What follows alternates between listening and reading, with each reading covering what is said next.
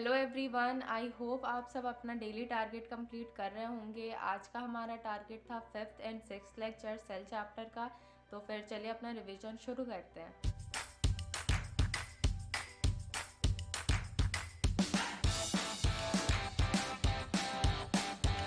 तो आज का हमारा सबसे पहला टॉपिक है लाइसोसोम।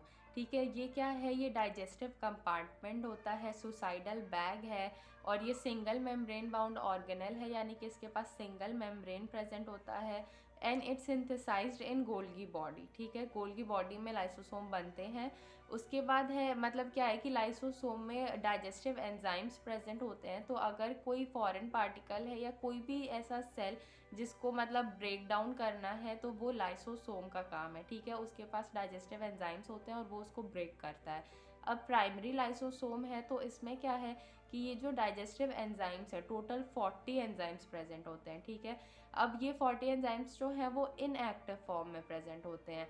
मतलब उसके बाद अगर इसको एक्टिव कराना है तो इसको एसिडिक इन्वायरमेंट देना होगा। अब इसमें एक चैनल होता है, इसको लाइक गेट हम कह सकते हैं, जिससे कि एसिड जो है वो अंदर आता है लाइसोसोम के अंदर। तो पहले तो ये गेट बंद होता है और ये एंजाइम्स भी जो है वो इनएक्टिव फॉर्म में होते हैं। उसके बाद क्या है, सेकेंडरी लाइसोसोम। इसमें वेसिकल्स होते हैं जिसमें कि फूड पार्टिकल यानी कि जिस पार्टिकल को हमें ब्रेक करना है वो प्रेजेंट होता है। ठीक है, उसके बाद ये लाइसोसोम और वेसिकल जो है वो फ्यूज करेंगे और जैसे ही ये लाइसोसोम के एंजाइम्स जो हैं वो फूड पार्टिकल के कांटेक्ट में आएंगे, वैसे ही ये जो चैनल था या जिसे हम गेट कह रहे हैं वो ओपन हो जाएगा और वहाँ से एसिड अंदर आएगा। और जब उसको एसिडिक एनवायरनमेंट मिलेगा तो वो एंजाइम्स इनएक्टिव से एक्टिव फॉर्म में आ जाएंगे और फिर वो डाइजेस्टिव एंजाइम उसको ब्रेक डाउन कर देंगे उस फूड पार्टिकल को।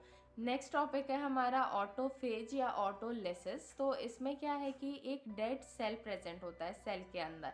ठीक है, तो अब वो डेड सेल है, वहाँ लाइसोसोम होंगे। अब वो लाइसोसोम जो है वो डेड सेल से फ्यूज होंगे और लाइसोसोम के जो एंजाइम्स है वो अटैक करेंगे उस डेड सेल को, जिससे कि वो डेड सेल ब्रेक डाउन हो जाएगा और उसके बाद उस सेल में जो भी उसका न्यूट्रिशन या सेलुलर कंपोनेंट था वो रिसाइकल हो जाता है। अब नेक्स्ट टॉपिक है हमारा लाइसोसोम।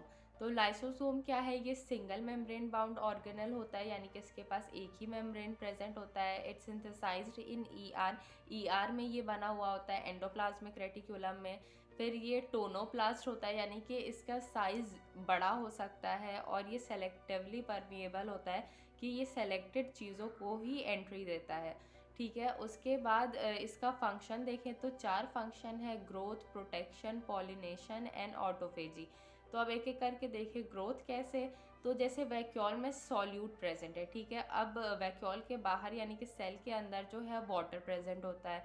अब ये वाटर जो है वो वैक्यूल के अंदर जाएगा, जिससे कि वैक्यूल का साइज बड़ा होगा, क्योंकि ये टोनोप्लास्ट होता है, ये साइज बड़ा कर सकता है अपना। तो वैक्यूल का साइज बड़ा होगा जिसकी वजह से सेल का साइज बड़ा हुआ, तो ये ग्रोथ में हेल्प किया।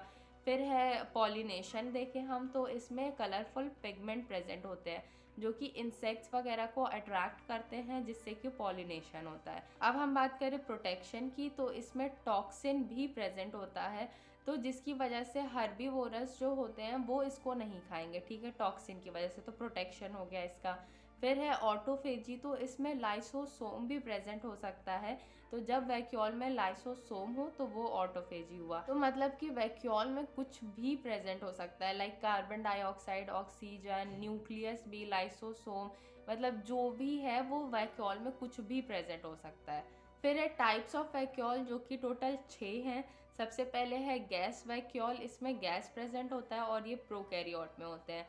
फिर है सैप वैक्यूल, इसमें लिक्विड प्रेजेंट होता है। फिर है फूड वैक्यूल, इसमें फूड प्रेजेंट होता है। फिर है कॉन्ट्रैक्टाइल वैक्यूल, जो कि ऑस्मो रेगुलेशन में हेल्प करता है। फिर है non contractile vacuole and central vacuole. तो आप ये टाइप्स याद कर लेना। नेक्स्ट हमारा टॉपिक है एंडोमेम्ब्रेनस सिस्टम। इसमें ये मेम्ब्रेन बाउंड ऑर्गेनल होते हैं जो कि एक कोऑर्डिनेट मैनर में काम करते हैं, सिंथेसिस में, मॉडिफिकेशन में, ट्रांसपोर्ट में। तो जो एंडोमेम्ब्रेनस सिस्टम के पार्ट नहीं है वो तो है पर ऑक्सीसोम, क्लोरोप्लास्ट एंड माइटोकॉन्ड्रिया। और जो एंडोमेम्ब्रेनस सिस्टम के पार्ट है वो टोटल 7 है। Nuclear membrane, plasma membrane, vacuole, vesicle, lysosome, endoplasmic reticulum and Golgi body. तो आप ये भी याद कर लेना। तो यहाँ पे आज का रिवीजन हमारा ख़त्म होता है। कल से हम एंडोसिम्बायोटिक थ्योरी करेंगे, तो कल का आप नेक्स्ट 2 लेक्चर अपना पढ़ लें। ठीक है, फिर अल्लाह हाफ़िज़।